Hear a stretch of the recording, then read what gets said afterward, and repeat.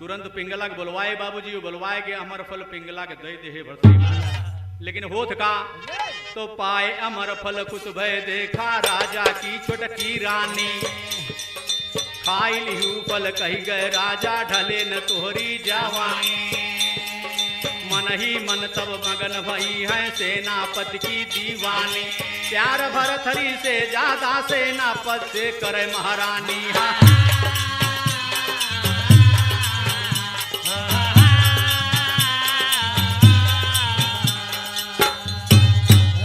यार बाबूजी जैसे अमर फल पाई पिंगला अमर फल पाए के बाद एहना देख भरथरी से ज्यादा उस सेनापति की मानत।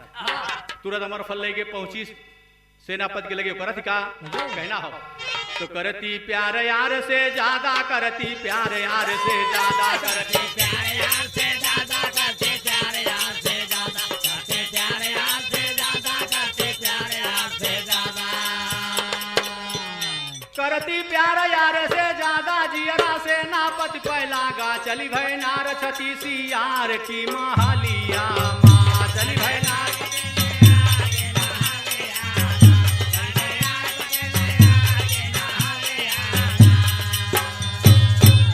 लिए अमर फल हाथे रानी सेनापति के पहुंची द्वार। औरत की मर्यादा न जानी रानी कर गई सीमा पार। लिपट गई सेनापति से वह बन गई उनके गले कहा। बोली तन मन धन तोहरे सब खुल्लिम खुल्ला करा दीदाना।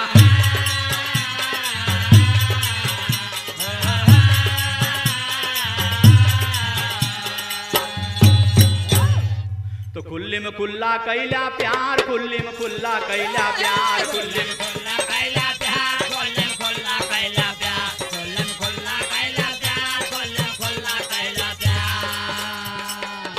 तो खुल्लिम खुल्ला कैला प्यार तू ही सब है हमार यार। तू है बदे लायन हरी हरियाणा।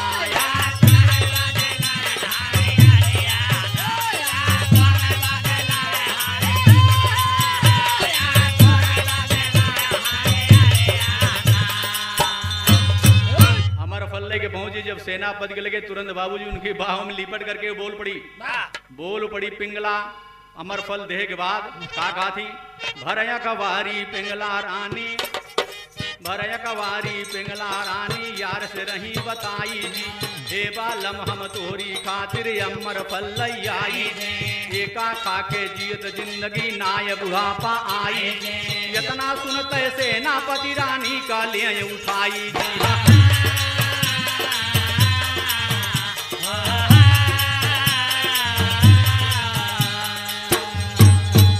रानी का गोदी उठाए, रानी का गोदी उठाए, रानी का गोदी उठाए, रानी का गोदी उठाए, रानी का गोदी उठाए, रानी का गोदी उठाए। तो रानी का गोदी उठाए छाती से छाती चिपकाए। पाए भौरा मेड़ा राय जैसे कलिया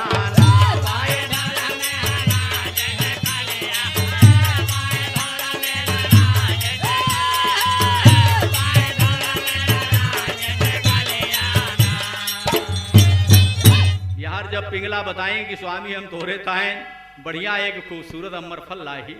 ऊपर विशेषता सब कुछ जब बताएं तुरंत सेनापति अपने बाहें में उठाए के बाबूजी अखबारी में यार पिंगला के लागे चुम्मे चाटे। तो होद का लईके फल से नापति सोचे मजे से जिंदगी कट जाए। काव करब हम खाई के एका अगर कोकिला जो खाए। 7 पुस्तक नाती पोता मौज कोकिला से पाए। बोले रानी महल में पहुंचा वरना अनर्थ हो जाए।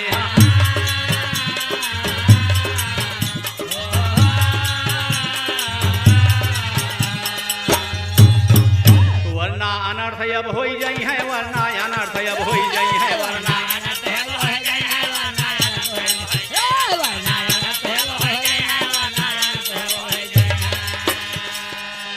तो वरना अनर्थ अब हो जाई है। अगर खबर भरथरी पई है भंगी मार के बनाई है महालिया।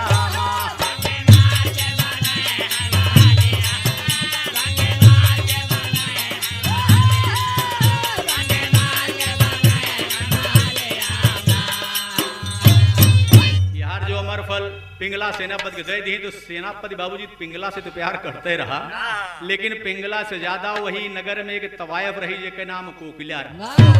पिंगला से ज्यादा सेनापति कोकिला से प्यार करता रहा। यार जब रानी साहिबा के लगे से छूटे तो ओवर टाइम लगाओ बोले कोकिला के लेके पहुंचे। और जब फल दी सेनापति फल पाए के बाद अपने मन में सोचते कि हम एका खाए के का हमार तो चौथा पनावइन वाला बाग और ये फल हम कोकिला के ले जाके देखे तो कोकिला हमेशा नौजवान खूबसूरत बनी रहे। हम तो मौज मस्ती करबे करब, हमार आवे वाली पीढ़ी जौन बा वो मौज मस्ती करे। यह बात सोच के तुरंत रानी से बोल पड़ा, कहा कि रानी साहिबा अब जितना जल्दी हो सके तू ऐसे चली जा नार्द, अगर भरथरी महाराज खबर कैसो पाई गए तो सब मामला गड़बड़ाई। तुरंत पिंगला चली गई और यहारी फल लेके बाबूजी कोकिला की तरफ चलत सेनापति। कैसे कहना मास्टर? अरे मिले की तैया हो राम, मिले की तैया राम, मिले की तैया सेनापति का भय फिकरिया, मिले की तैया सेनापति का भय फिकरिया, मिले की तैया सेनापति का भय फिकरिया।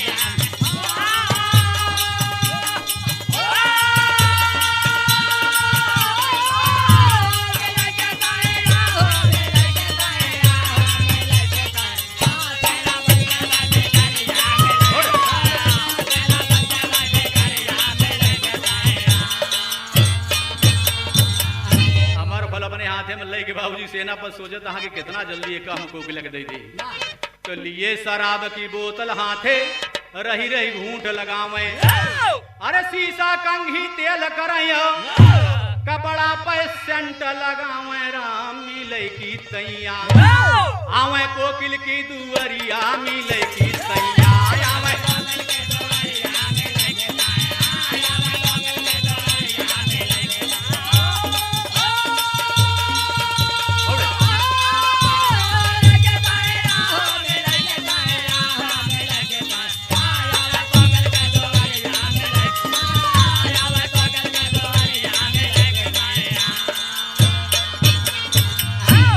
सेनापति दुई पैक लगाए बाबूजी, पैक लगाए के बाद बढ़िया सेंट वेंट मार के पाउडर छिड़क के और चल पड़े कोकिला के द्वार की तरफ। कैसे सेनापति का देखी कोकिला भरी मधुर मुस्कान, अरे बहुत दिन न पे दर्शन दिन है रहा तू कवनी खान, राम मिले की तैया जान अटका तू मैं सांवरिया, मिले की तैया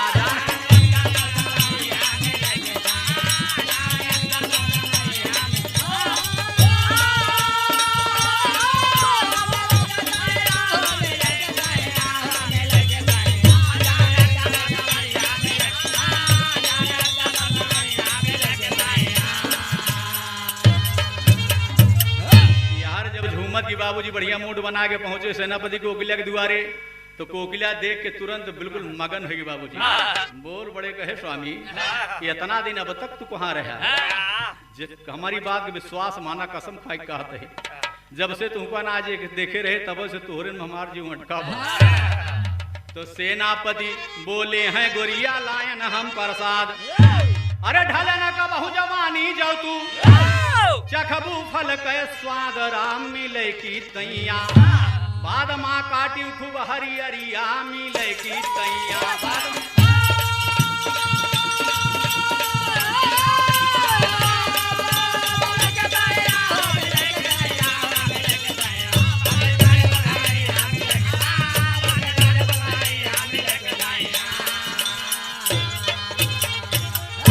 सेनापति बोल बड़े कहे कोकिला तू घबरा न, देर में तो हम जरूर आए लेकिन हम दुरुस्त आए ही। जौन प्रसाद तोहरे बदे हम लेके आए ही कि एका जब तू खाबू अपने जिंदगी में तब तू जन्म को तुम्हें कौन चीज लाए रहे। जौने उम्र में खाबू वही उम्र में तुहार सदा जीवन बरकरार रहे, जितना मन कहे उतना जिंदगी मौज मस्ती की हो, कोनो दिक्कत ना हो पाए। तो कनक कनक ते 100 गुनी और मादकताय अधिकाय, अरे या पाए बौराए आदमी या खाए बौराए, राम मिले की तैया बोली कोकिला गुजरिया, मिले की तैया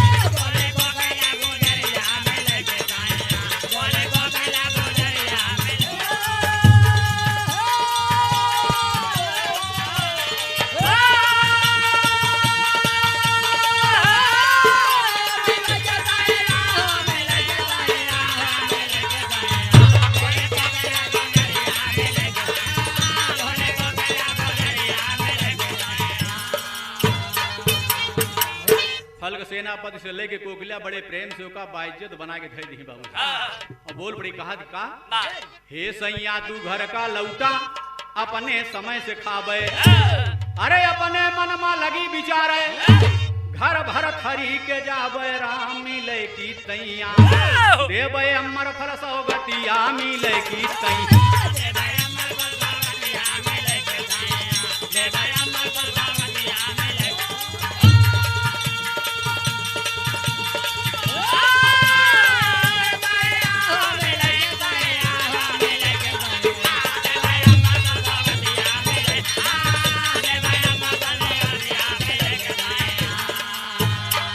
कोकिला बोल बड़ी सेनापति से कहे स्वामी आपसे एक निवेदन बा कि अब आप अपने घरे चला जा एका हम अपने समय से खाई ले आप एक चिंता न करें। सेनापति कोकिला कितना मानत रहे कोई बात टारी नहीं पाए तुरंत वही घोड़े वापस हो गए बाबूजी सेनापति जी यार कोकिला फल अपने हाथ में लेके अपने मन में सोचत है कि हम ये फल खाए के का करें हमारे जीवन तो वैसे नरक में बा पूरा जीवन बर्बाद बा हमारे यहाँ के राजा इतने बढ़िया धर्मात्मा और प्रजापालक राजा हैं कि यस राजा हो मुश्किल की बात है तो काहे नहीं फल ले हम अपने यहाँ के राजा भरथरी महाराज को दे दी अगर ये फल खाए ली हैं तो उनके वही उम्र में सदैव जीवन बरकरार रहे और प्रजा का पालन पोषण बढ़िया ढंग से होते रहे यह बात सोच के बाबूजी फल को लेके कोकिला चल पड़ी भरथरी महाराज के पास कैसे सेनापति अपने घर पहुंचे फल कोकिला उठाई अरे पहुंची है दरबार अमर फल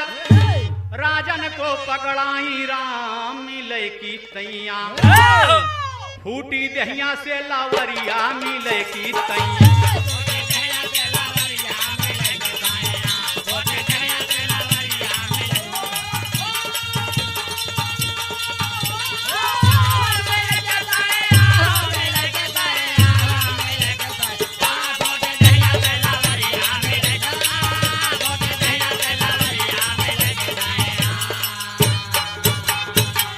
तुरंत बाबूजी अमर फल लेके उछल पड़ी भरथरी महाराज के पास भरथरी महाराज के दरबार में जैसे पहुंचे थे कोकिला और फल जैसे नजर पड़ी भरथरी महाराज के तुरंत क्रोध से दोनों नेत्र लाल देखें जब वो अमर फल तो दुनो नयन भलाल अरे राजा बोले हरे कोकिला किहू हमें तू आज खुशहाल राम मिले की तैया काटू माया के फांसरिया मिले की तैया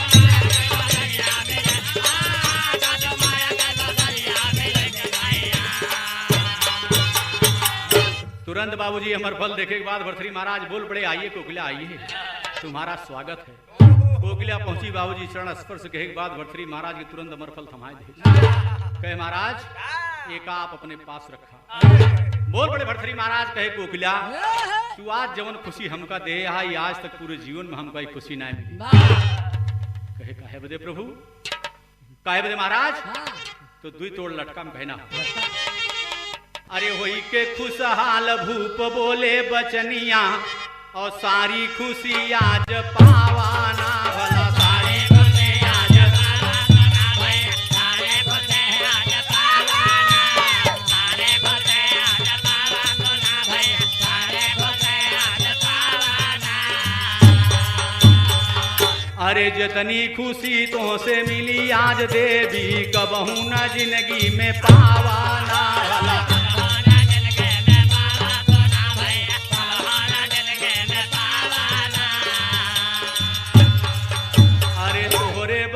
हमारा खुला दरबार फरियाद हम आपन सुनावाना फरियाद हम आपन सुनावा सुना भई आज हम आपन सुनावाना बोल बड़े भरथरी महाराज कहे कोकिला आज तुमसे मैं इतना खुशी यही इतना ही कि जवन तुहार मन कहा है आज तू हमसे मांग लेते अरे हथवा जोरी तब बोली है कोकिला दौलत बदे नाए आवाना भला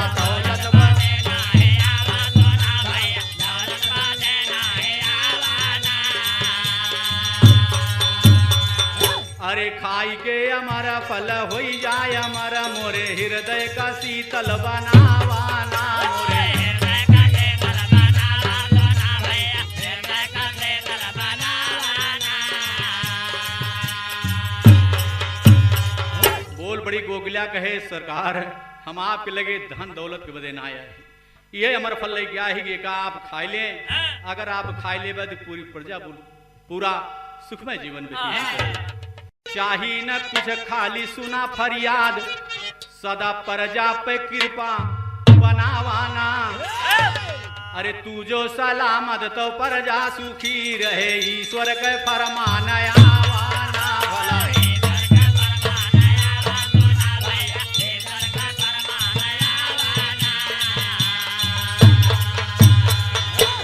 अरे इतना सुने राजा गदगद भये हैं आंसू खुशी के भरी आवाना भला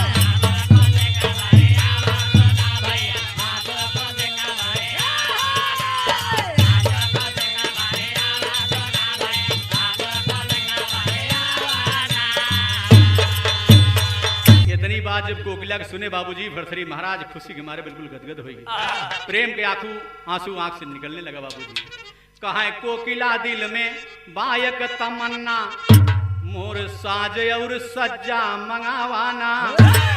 अरे बीते बहुत दिना मुजरा सुनाए यह इच्छा बा हमारा पुरावाना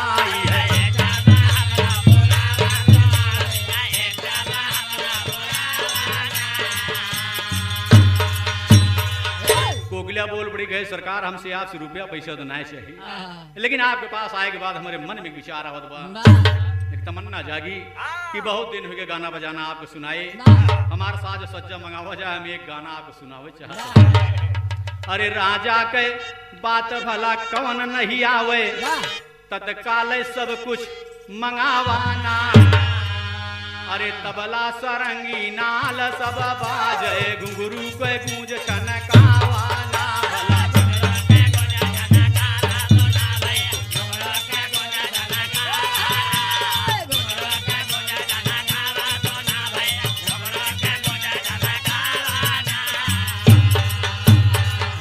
बाबूजी तुरंत राजा साहब का आदेश हुआ, तबला सरंगी नाल सब आगे बाबूजी भाई धरा और तुरंत बाबूजी बाजे लाग लगी। जब तबला पर थपकी लागे तो झूम झूम के कोकिला बाबूजी बढ़िया बढ़िया गीत गावत है।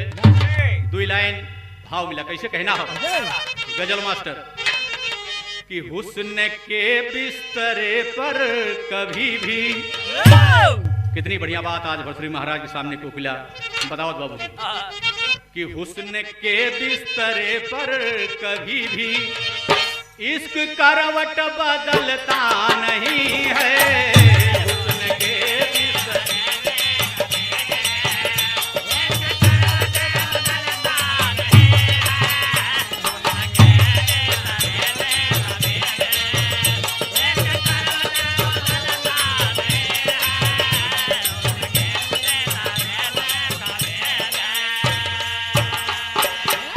बोल बड़ी कोकिला कहे सरकार हुस्न के बिस्तरे पर कभी भी इश्क करवट बदलता नहीं है और दिल संभाले संभलता है लेकिन दिल संभाले संभलता है लेकिन दम निकाले निकलता नहीं है।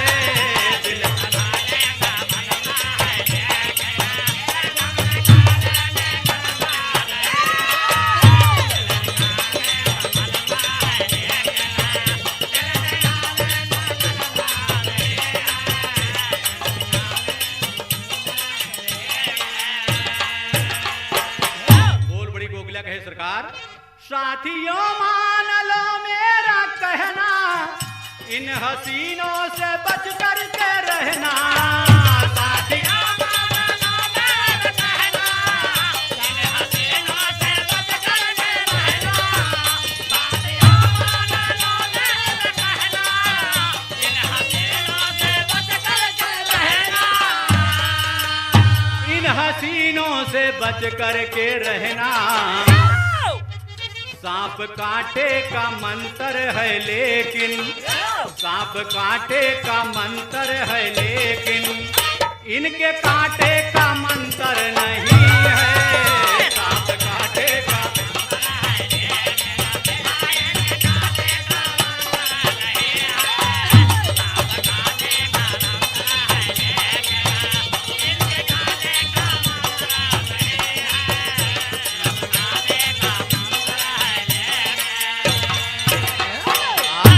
कितनी बढ़िया बढ़िया बात बाबूजी कोकिला सुनावत भर्तरी महाराज के सामने। कैसे कहे कि यारो तुम मान लो मेरा कहना, हार बन के गुलिस्तान में रहना। यारो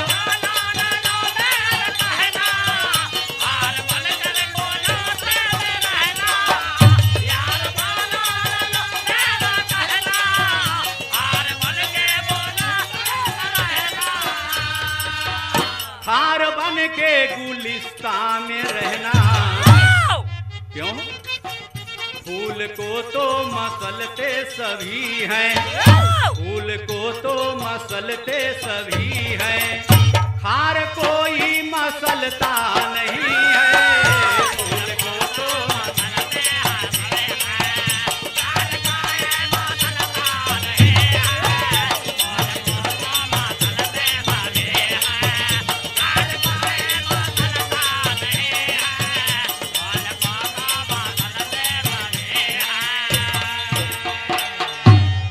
इतनी बढ़िया बढ़िया बात बाबूजी बताओ थे। कैसे आखिरी भाव का कि मैं उस दिल को भी दिल ना समझता, मैं उस दिल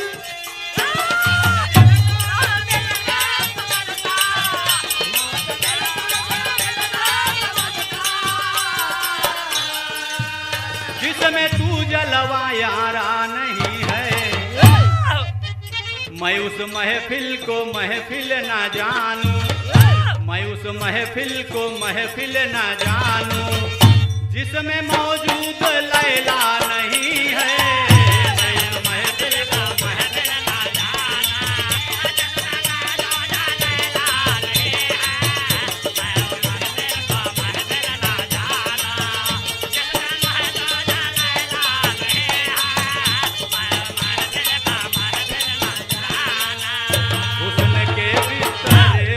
कभी भी, हुस्न के बिस्तरे पर कभी भी इश्क करवट बदलता नहीं है।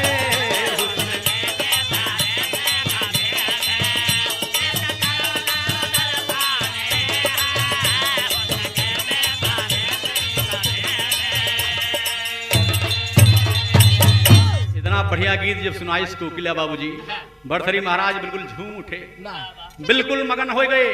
और मगन हो गए तुरंत कोकिला से बोल पड़े। कैसे कहा थे? 3 तोड़ लटकम कहना मास्टर। तो सुन के मोजरा भय निहाल हो गए, कोकिला माला माल किए, पिंगला से सवाल सुना दिल जाने किए।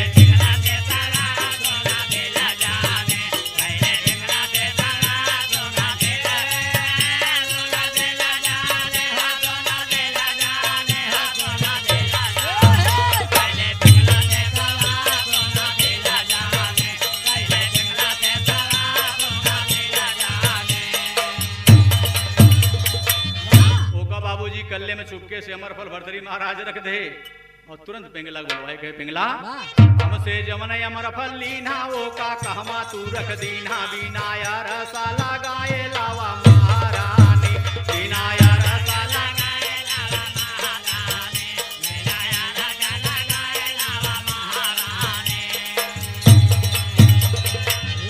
तुरंत बोल पड़े कहे पिंगला तुम्हें याद हो एक थी जौन हम तुमको अमर फल दे रहे, वो फल हम तनके देखे चाहिए। तो सुन के राजा कह बचन कांपे पिंगला कह बदन, मुख से निकरे ना बचन भाई हाय रानी, मुख से निकरे ना बचन भाई हाय रानी, मुख से निकरे ना बचन भाई हाय रानी,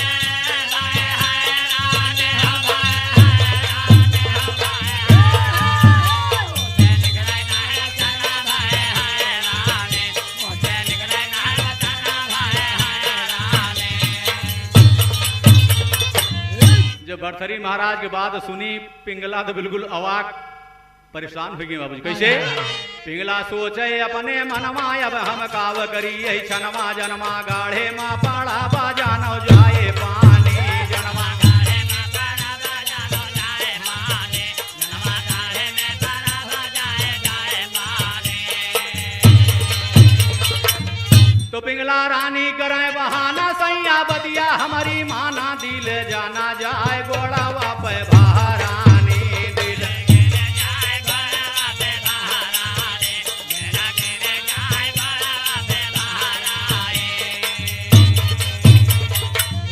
हाथ जोड़ के पिंगला बाबूजी गए उस भरथरी महाराज के घोड़े वही फाट भी गए सरकार हमारी बात पर विश्वास करा तो जौने दिन आप देहा वही दिन हम अमर फला खाई ले महाराज। और जब इतनी बात कहे तो तुरंत बाबूजी भरथरी कोड़ा लिए उठाए दे पिंगला पे चलाया किल गए ठेकाने आए रही बहुरानी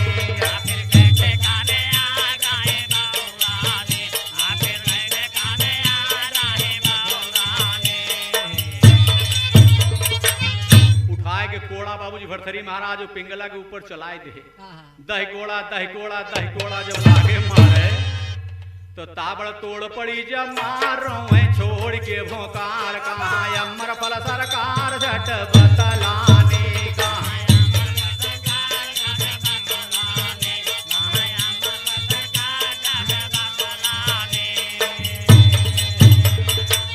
जब कोड़ा का मार परे लागे तब असलियत बाबूजी भरथरी महाराज से आज पिंगला बतावत थी का कहा थी कहे तू से ज्यादा सजन हमार सेनापति से केहूं प्यार सरकार भाइयों नहीं कह दीवानी सरकार भाइयों नहीं कह दीवानी सरकार भाइयों नहीं कह दीवानी हरा देवानी सरकार भाइयों नहीं कह दीवानी सरकार भाइयों नहीं कह दीवानी। आज जब बाबूजी बल भय मार पली पिंगला के ऊपर तब पिंगला असलियत दुगरी कहे महाराज आप तो हमका स्वयंवर में जीत के लाए रहे आप तो हमका जान से ज्यादा प्यार करते रहे लेकिन हम आपको प्यार ना दे पैसे कहे मतलब कहे आपसे ज्यादा मैं सेनापति को मानती थी मैं उसी से प्यार करती हूँ आज भी और जो आप फल देहा उसका हम वही दे दे सरकार। और जब मार गया बाबूजी पुरानी कहे भूतो भागत है जो सारी असलियत उगल दी तो तुरंत भरथरी महाराज आदेश दिए कि सेनापति को तत्काल हमारे सामने लाया जाए। तो सेनापति का तब बुलवाए कैसे कोकिला फल पाए सारा भेद बतावे राजा का भय है रानी सारा भेद बतावे राजा का भय है रानी सारा भेद बतावे राजा का भय है रानी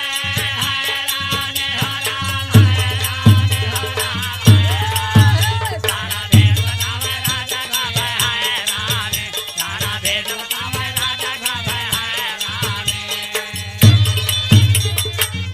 सेनापति बुलवाए भरथरी महाराज बोल पड़े गए सेनापति मैं तुमसे असलियत सुनना चाहता हूँ कि जो अमर फल पिंगला ने तुमको दिया वो अमर फल है कहाँ। तुरंत सेनापति हाथ जोड़ के बोल पड़े गए सरकार पिंगला महारानी तो हमसे प्यार करती रही लेकिन हम पिंगला के बाद एक मोहब्बत और पे बैठे आपकी यहाँ एक जो तवायफ आपके सामने खड़ी है कोकिला कोकिला से मैं बेहद प्यार करता था वो फल हम ले जाके कोकिला के दे दे।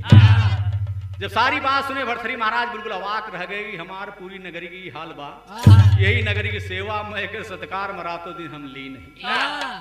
तब बाबूजी भरथरी महाराज को ज्ञान हुआ बोध का तो माया नगरी होए फसाद उपजा भूपत के बैराग कुल में दाग लागा वीरता भय जिंदगानी कुल में दाग लागा वीरता भय जिंदगानी कुल में दाग लागा वीरता भय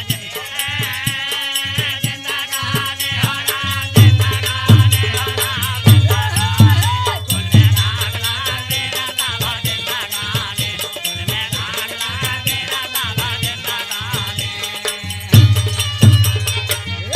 भरथरी महाराज आज अपने मन में सोचे थे कि जो उन्हें माया के बरे हम रातों दिन भागत रहे आज ही माया हमारा साथ ना दे वाली तो गेरुआ बसन पहिन महाराज फेंके उतार सिर के ताज देख पिया कै सूरतिया तो बिलखानी देख पिया कै सूरतिया बिलखानी देख पिया कै सूरतिया बिलखानी आ बिलखानी है रामा बिलखानी हो राम बिलखानी देख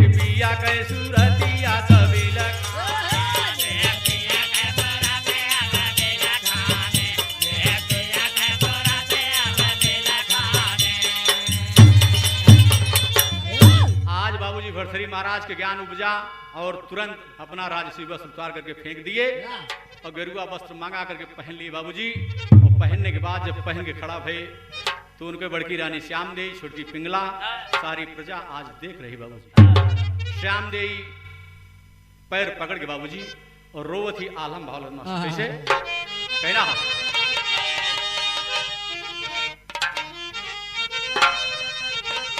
अरे टुकुर टुकुर ताक रानी राजा कै सूरतिया, टुकुर टुकुर ताक रानी राजा कै सूरतिया, टुकुर टुकुर ताक रानी राजा कै सूरतिया। अरे नैना बहे जैसे सावन कै धार,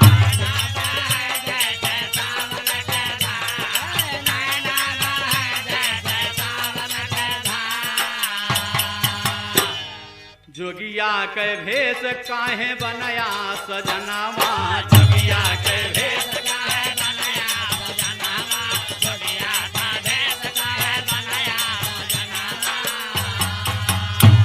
अरे सोना यस जवानी हमारी हुई है बेकार,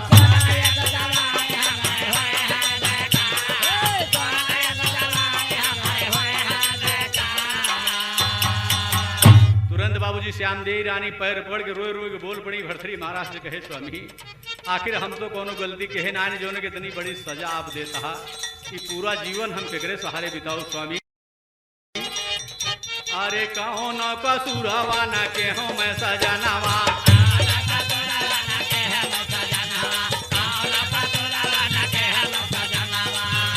अरे भूला जी ना हमका बोला बतिया विचार हो,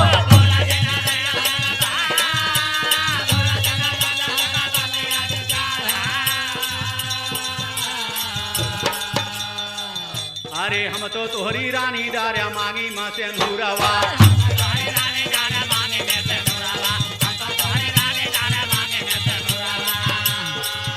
अरे लाई के गवन माँ की संग में बिहार हो,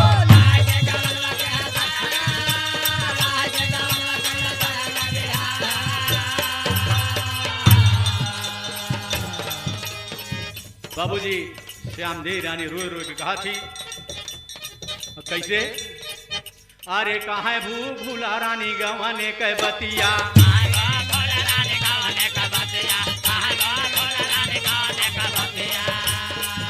अरे अब नहीं मिली है तू है पिया वा तो हार हो,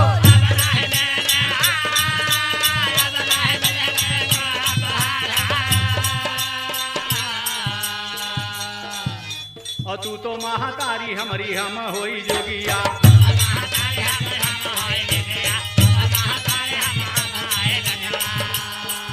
अरे बेटा कह के भीग दिया झोलिया मा डार हो,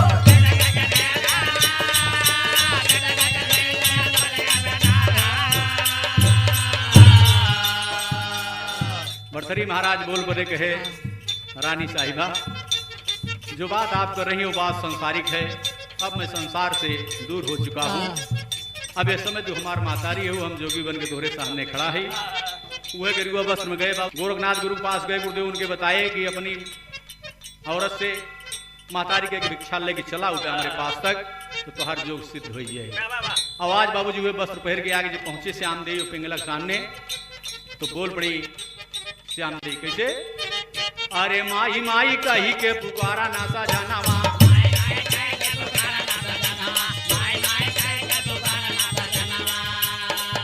अरे सुन के बचनिया फाटे छतिया हमार हो,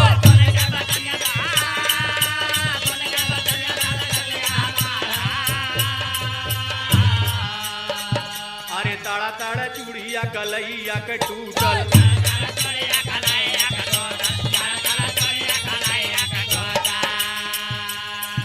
अरे रोए श्याम देई रानी पीट के कपार हो,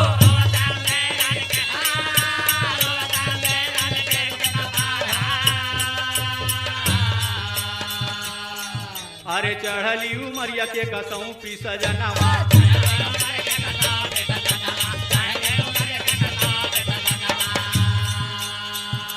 अरे चढ़ली उमरिया के का सौंपी सजनवा, बोला अब के करवनाई फरीदा,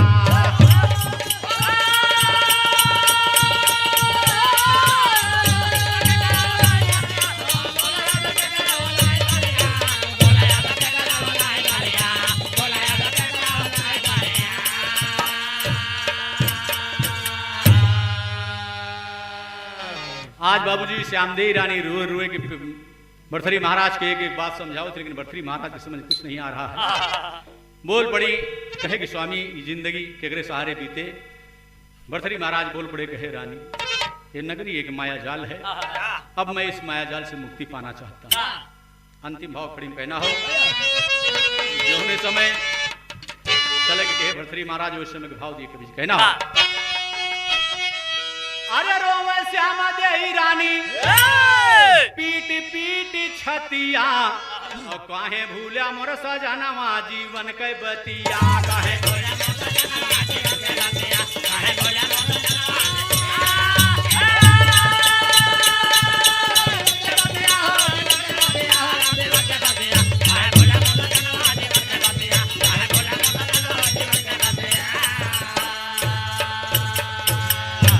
भर्तृहरि महाराज बाबूजी तुरंत विदा लेते हुए चले जा रहे हैं और श्यामदेवी रानी पीछे पीछे लागी। हाँ बाबूजी और बोल पड़ी भर्तृहरि महाराज से कहा थी कहे प्रजा जन याद करी है सझवा सकारे और बोझी नैया छोड़ी जाब्या के करे सहारे। अरे पिंगला पपिनिया साथे कई गए घतिया काहे भूलिया मोर सजनवा जीवन के बतिया।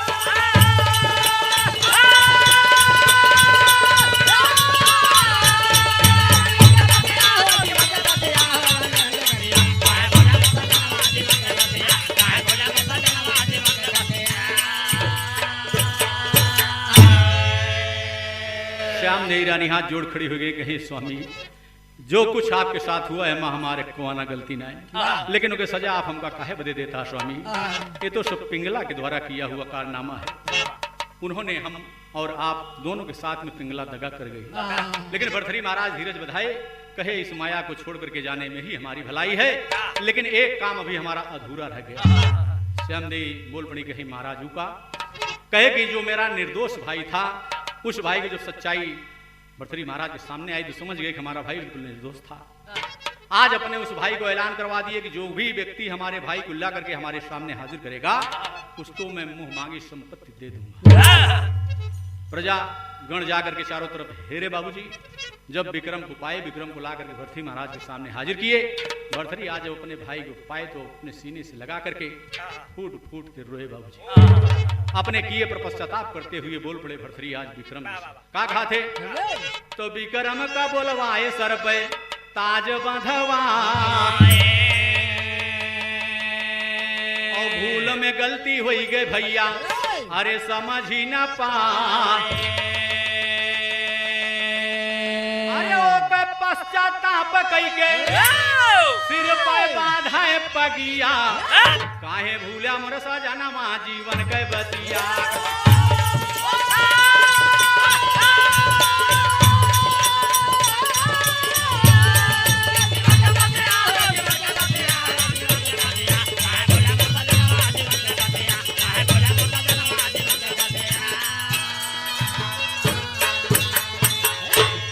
बाबूजी जब प्रजाजन विक्रम महाराज को लेकर के आए, प्रजाजन को धन और दौलत से भर्तृहरि महाराज माला माल कर दिए और अपने भाई के मस्तक पर उज्जैन नगरी का ताज बांध दिए। बाबूजी बोल पड़े कहे विक्रम आज से इस नगरी की देखभाल, प्रजा की देखभाल तुम्हारे हवाले में करता हूँ, इसलिए कि मैं वन में जा रहा हूँ माया से विरक्त होकर के किसी प्रजा को कहीं किसी तरीके का कोई दुख कष्ट न पहुंचने पाए, इसका सदैव तुम ख्याल रखना और यही मेरा पश्चाताप होगा तुम्हें सजा देने के लिए।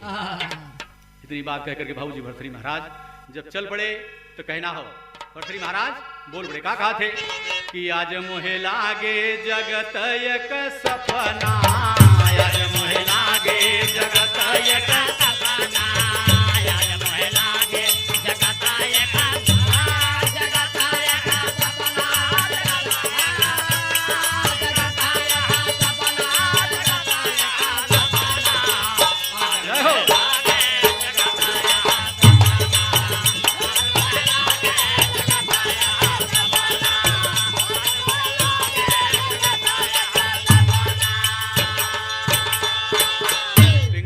श्यामदेवी से विक्रम महाराज से विदा लेते हुए भर्तृहरि महाराज बाबूजी कितनी बढ़िया बात बता रहे हैं।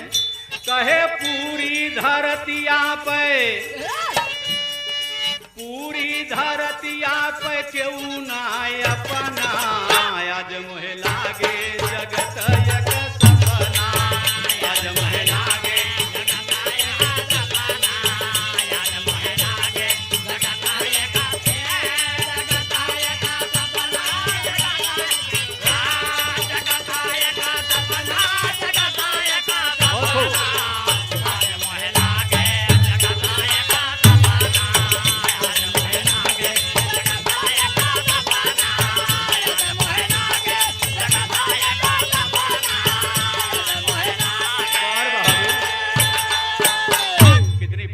बात बाबूजी आज भर्तृहरि महाराज दे रहे हैं अपने परिवार कुटुंब कुल खानदान और पूरी प्रजा को।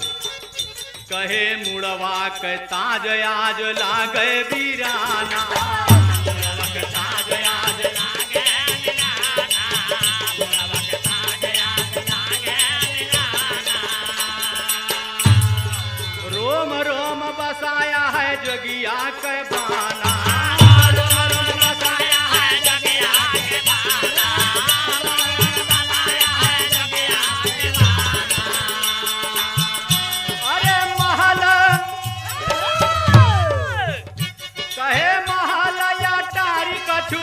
जाए संगना आज मोहे लागे जगत एक सपना आज मोहे लागे जगत एक सपना आज मोहे लागे जगत एक सपना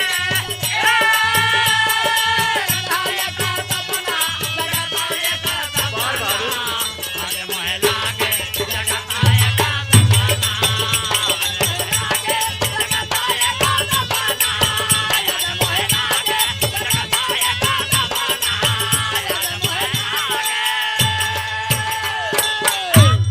नसीहत आज भर्तृहरि महाराज दे थे बाबूजी।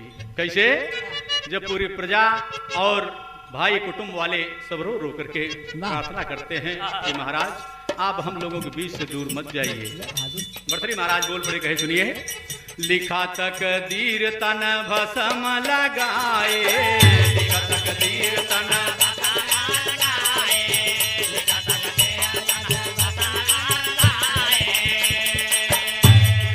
भिखिया जमाई हई झोली फैलाए भिखिया जमाई हई झोली फैलाए।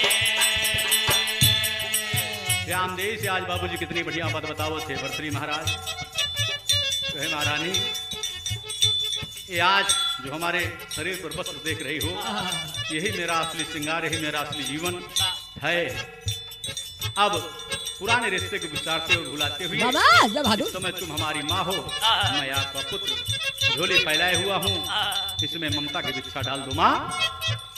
कहे सब ही का पड़े हिया दुख दुख सहना आज मोहे लागे जगत एक सपना आज मोहे लागे जगत एक सपना आज मोहे लागे जगत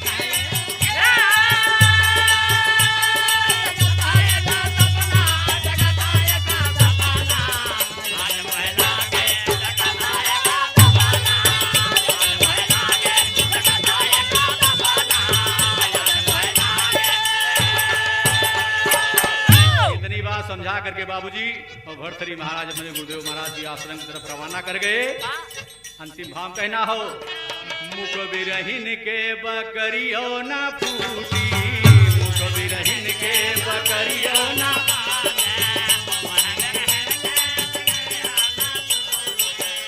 हाँ जिंदगी का सगरो आस गई टूटी जिंदगी का सगरो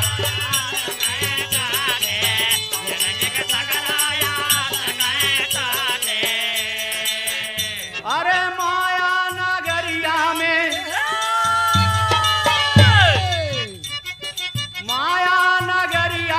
व्यर्थ है रहना आज मोहे लागे जगत एक सपना आज मोहे लागे जगत एक सपना आज मोहे लागे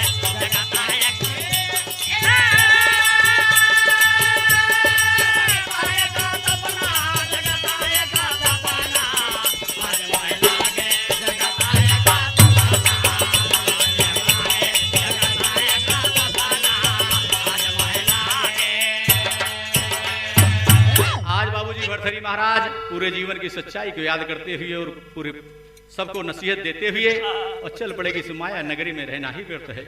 इस माया नगरी में आने के पहले इंसान प्रभु से तमाम तरीके का वादा करता है, लेकिन इस नगरी में आने के बाद माया में ऐसा लिप्त हो जाता है हर इंसान कि कहीं औरत के चक्कर में भाई का दुश्मन भाई बनता है, कहीं माया के चक्कर में भाई का दुश्मन भाई बनता है, कहीं किसी के चक्कर में।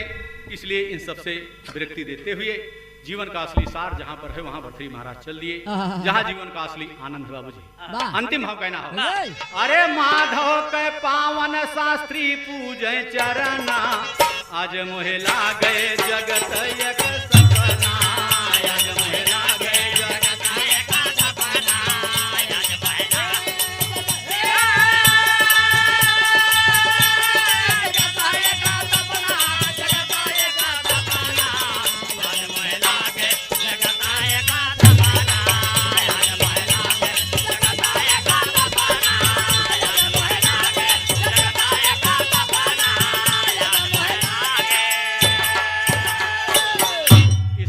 आप सब सुनेंगे। यदि गीत पसंद आता है बाबूजी तो इसको शेयर, लाइक और सब्सक्राइब करने का प्रयास करेंगे।